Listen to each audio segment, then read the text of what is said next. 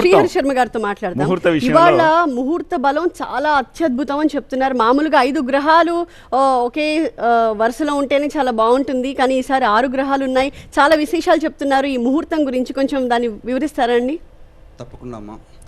ఆపదామపహర్తారం ధాతారం సర్వసంపదాం లోకాభిరామం శ్రీరామం భూయో భూయో నమామ్యహం. వీక్షిస్తున్నటువంటి టీవీ9 ప్రేక్షకులకి శ్రీరామ విగ్రహ ప్రతిష్ఠ శుభాకాంక్షలు తెలియజేసుకుంటూ ఇంకా కొద్ది సమయంలో మనం ప్రారంభం చేసుకోబోతున్నాం. ఈ ముహూర్తం చాలా గొప్పదైనటువంటి ముహూర్తము. అయితే వీక్షించేటువంటి టీవీ9 ప్రేక్షకులకి ఒక సందేహం కలగవచ్చు. ఇప్పుడు మనకున్నదంతా కూడా పుష్యమాసం సందర్భంగా ముహూర్తాలు లేవు అని చెప్పి అంటుంటారు.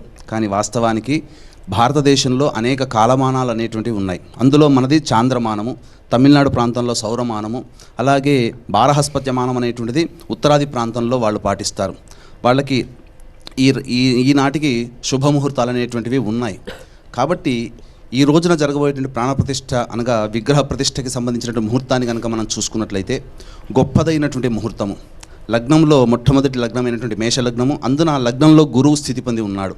నవమాధిపతి అయినటువంటి గురువు, ముహూర్త లగ్నానికి నవమాధిపతి అయినటువంటి గురువు స్థితి పొంది ఉండడము, అలాగే లగ్నాధిపతి అయినటువంటి కుజుడు నవమ స్థానంలో ఉండడము, లగ్న నవమాధిపతులకి పరివర్తన యోగం అంటే ఒకరింట్లో ఒకరు ఉండడం, అది చాలా గొప్పదైనటువంటిది. అలాగే ఏ లగ్నంలోనైనా కానీ గురువు గనక ఉంటే 1,00,000 దోషాలని హరిస్తాడు అని చెప్పి మనకు జ్యోతిష శాస్త్రము పరాశర వారు మనకు సెలవిచ్చారు.